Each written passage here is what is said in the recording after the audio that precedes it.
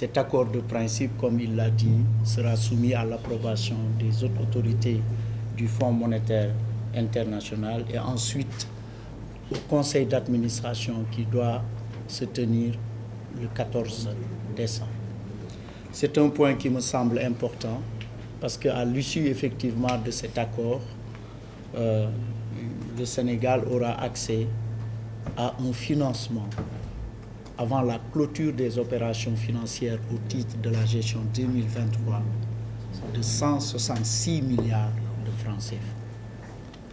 N'oublions pas qu'après l'adoption du programme en juin 2023, le Sénégal a eu à bénéficier d'un premier tirage sur les ressources dédiées à cet effet d'un montant de 129 milliards ou 133 milliards selon le taux de change du dollar. Premier point, ça me semble important.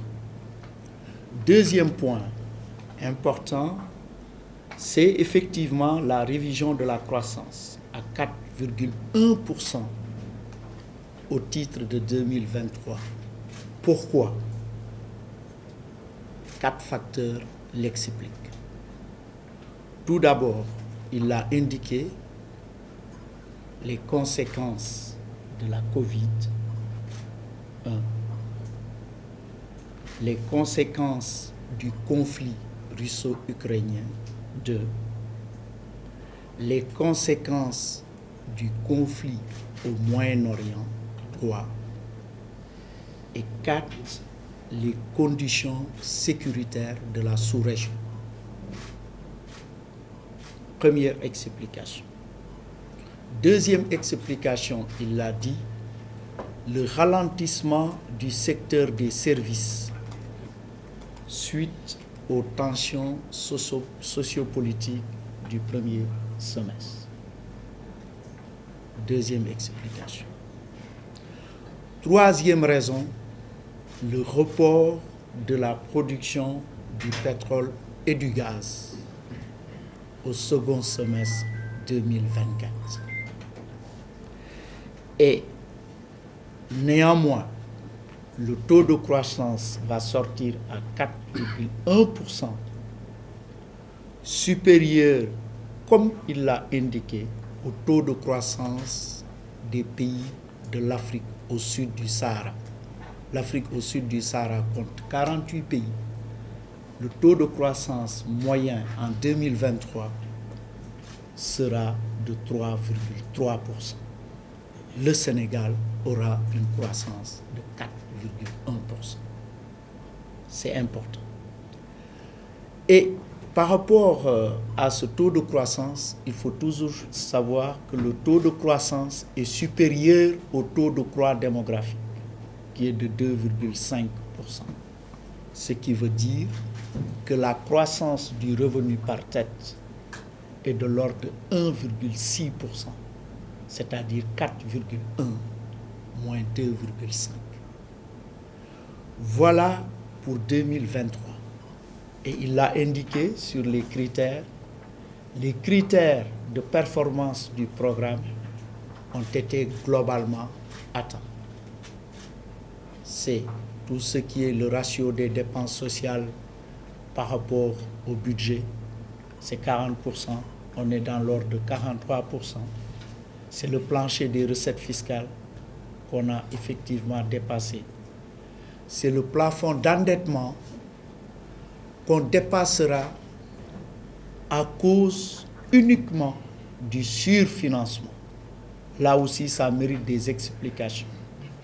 Il a indiqué que la dette du Sénégal au titre de 2023 ressortirait à 72,2%, incluant le surfinancement des 4 premiers mois de l'année 2024. En excluant ce surfinancement qui est ponctuel, la dette du Sénégal reste en deçà des 70% de la norme communautaire. Il l'a indiqué tout à l'heure, c'est important, puisque la dette ressortirait à 69,2%. À la suite, effectivement, de ces précisions, je voudrais aborder maintenant sur 2024. Premier élément très important, c'est l'accord qu'on a avec le Fonds monétaire international sur le projet de loi de finances 2024 qui a été déposé au Parlement et qu'on va commencer à examiner à compter de jeudi prochain. C'est une loi de finances de l'ordre de 7003,5 milliards de francs CFA avec un déficit budgétaire, comme il l'a indiqué, de l'ordre de 3,9%, et il a relevé la tendance baissière du déficit budgétaire qui est passé de plus de 6% en 2022 à 4,9% en 2023 et serait de 3,9% en 2024 pour atteindre 3% en 2025. Donc, ce projet de loi de finances répond au contour du programme que nous avons conclu avec le Fonds monétaire international. Et j'aurai l'occasion à l'Assemblée nationale de pouvoir vous rencontrer pour pouvoir défendre effectivement ce projet de loi de finances 2024. Je vous renvoie à la page 81 de la loi de finances 2024.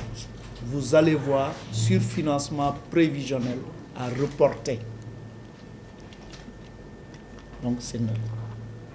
Ce surfinancement ne permet pas de parler de surendettement. Non. Tous les pays du monde sont classés en 4 catégories de surendettement. Tous les pays membres du système des Nations Unies. Surendettement faible, surendettement modéré, surendettement élevé et en détresse. Faible, il n'y a presque pas de pays.